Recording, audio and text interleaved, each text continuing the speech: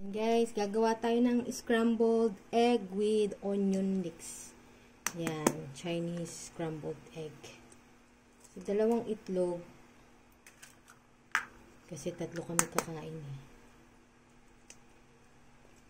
Ay, hindi. Yan. Hindi na ako maglalagay ng asin dyan guys. Kasi maghahalo ako dyan mamaya ng soy sauce. So, batihin lang natin.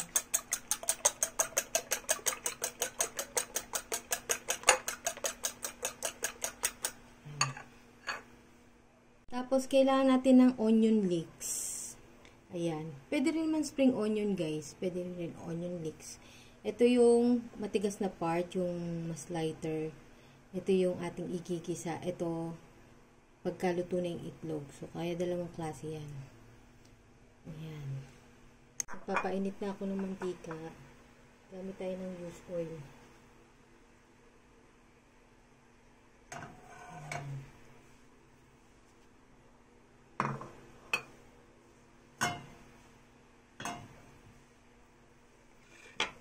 Tapos, igigisa ko itong light na onion leeks. Kita nyo ba? Ayan, nilapit ko na kayo para makita nyo. Ngayon, kung spring onion yung gamit nyo, pwede naman half ng spring onion nyo, igisa nyo yung half sa dulo nyo na ihahalo. Kasi, di ba pag ang onion leeks, may part siya na parang matigas. Ayan, kapag naamoy nyo na yung aroma, naamoy nyo na siya, pwede nyo nang ilagay yung itlog.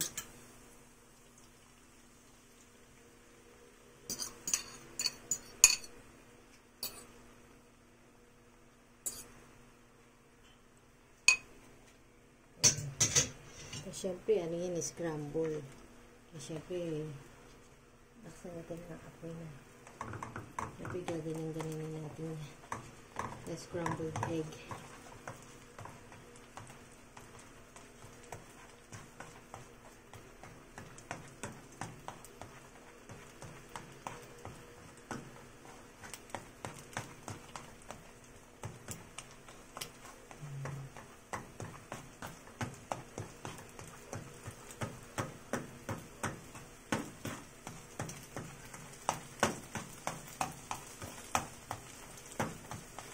Tapos, pagka medyo luto na yung itlog, na ano na, apoy, tapos isama nyo na yung the rest ng onion leeks.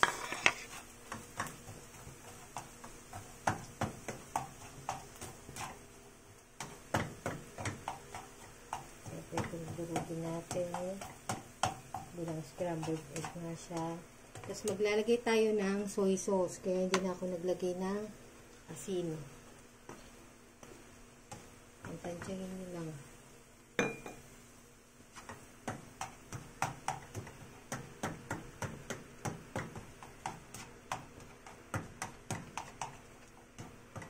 Tapos, tikman nyo kung sapat na yung alat niya.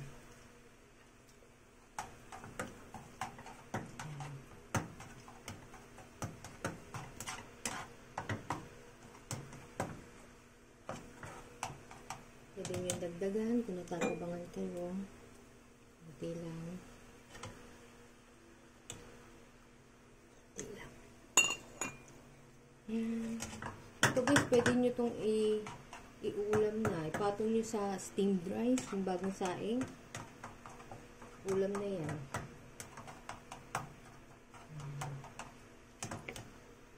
Medyo laksan natin natin.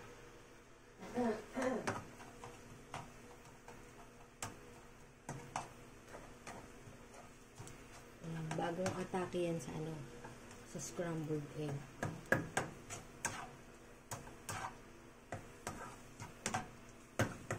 Tapos plating na yan guys. So ito na guys yung finished product ang aking scrambled egg with onion leeks. Ayan, ang sarap niya guys.